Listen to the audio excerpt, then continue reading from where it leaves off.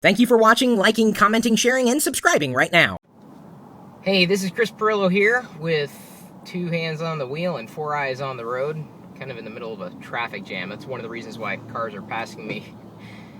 That, and I'm a pretty slow driver. Anyway, I just caught word, thanks to Paris Limon on TechCrunch, or specifically through Twitter, that Steve Jobs and Apple have started to formalize their statements related to the antenna or signal dropping problem that happens when you bridge the gap between the 2 antenna on the side of the iPhone 4. As you very well know, the entire perimeter, at least on the sides of the iPhone 4, happen to be the antennae, the 2 antenna that make it possible to receive wireless signals.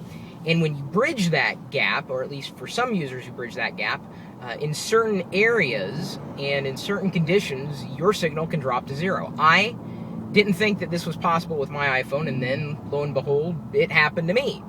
Wasn't a huge deal. I just thought, oh, it just won't hold it that way, number one. Number two, I planned on getting a case, and that would have taken care of that. Indeed, today, picking up a few different cases, trying on a few, and ultimately settling on Apple's bumper for the iPhone 4. I'm pretty happy, and haven't had the issue in regular use and holding it in the palm of my hand and doing FaceTime and moving things around and doing all that. So, interestingly enough, what Apple is saying to these people who have emailed either Steve or been wondering what's going on is, yeah, this is an issue that affects a lot of phones, not just the iPhone 4. Depending on how you hold it, you can pretty much hurt the signal. But their response is, just don't hold it that way, or get a case. There's something that it doesn't sit right with me. And keep in mind, I thought to myself, I'll just hold it differently, or get a case, I should say. And that took care of the issue. Well, now Apple's pretty much saying the same thing, and I don't think I like Apple saying that, for one reason. They've sold hundreds of thousands, if not already 1 million, on the first day. The numbers have yet to be seen, considering this is the first official day for the iPhone 4. And they likely knew that this was a problem. Now, there's a chance that they didn't know it was a problem, but I can't imagine them not testing it in a variety of situations with a variety of people with a variety of hands. So maybe this is why Apple decided to release bumpers.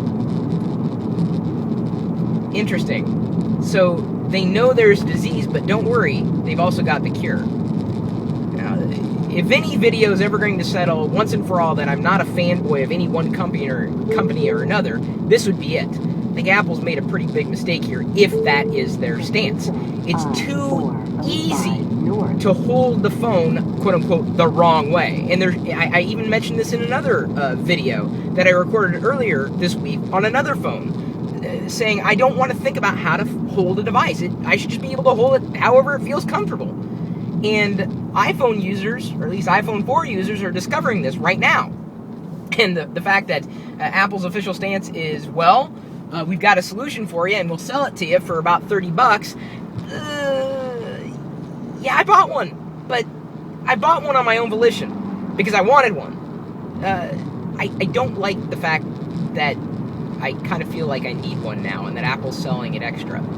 So, what are your thoughts on this? I'm going to be clipping this video and uploading it pretty quickly to YouTube, so it's going to be of lower quality, but I wanted to get the word out about this, considering the iPhone is just launched today, and a lot of people are running into this issue. What do you think? Are you going to return the iPhone 4 because of this problem? Are you going to get a case? Are you going to hold it differently? Has this turned you away from the iPhone altogether? If you're asking my opinion, well, I think it's manageable, certainly. I just don't like Apple's response. It's kind of, well, rather aloof and not very comforting at all.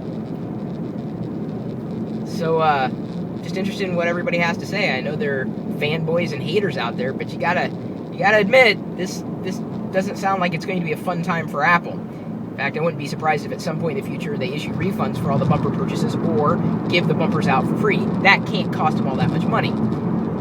Maybe that'll be a solution for them. I don't know. Either way, this is kind of a big chink in the iPhone 4's armor. It's not going to stop me from loving the iPhone. Still the best smartphone I've ever owned. I paid for it with my own money, and I'd do it again in a heartbeat.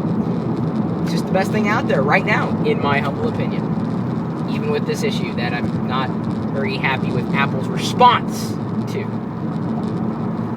Leave a video response or a comment to the video thread here on the YouTube channel at youtube.com/Chris Pirillo, or you are more than welcome to email me, chris@pirillo.com. Now I'll be able to point people, all the hundreds of you who have emailed me asking about what I thought of this issue. Now you have your answer, or at least a series of answers, kind of in between, but not happy in general.